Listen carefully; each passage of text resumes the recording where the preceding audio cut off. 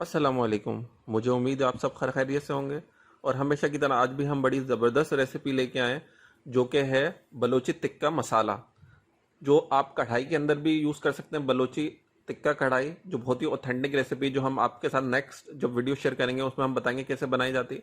और जब अचारी फ्राइड आप मिर्चें बनाएं जो दाल के साथ या किसी और चीज़ के साथ आप खाई जा सकती हैं, उसमें भी आप यूज़ कर सकते हैं। तो इसको बनाने के लिए जो इंग्रेडिएंट्स चाहिए वो हम नोट कर लेते हैं।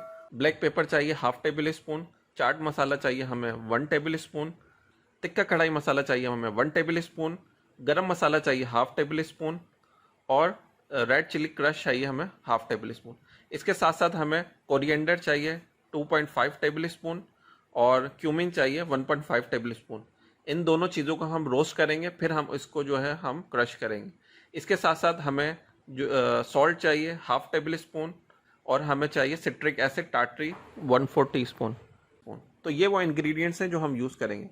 सबसे पहले जो कोरिएंडर है, हम 2.5 टेबल स्पून कोरिएंडर लेंगे और हम इसको रोस्ट करेंगे।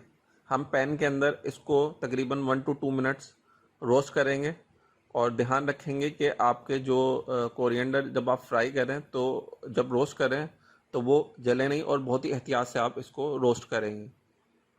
जब आप इसको रोस्ट करेंगे तो इसका येलो कलर से डार्कर टोन थोड़ी सी हो जाएगी, तो फिर आप इसको जो है वो किसी सेपरेट बाउल में निकाल लें। ये आपका कोरिएंडर हो गया। फिर उसके बाद आप क्यूमिन्स को ले लें। फिर क्यूमिन्स को भी आपको इसी तरीके से रोस्ट करना है।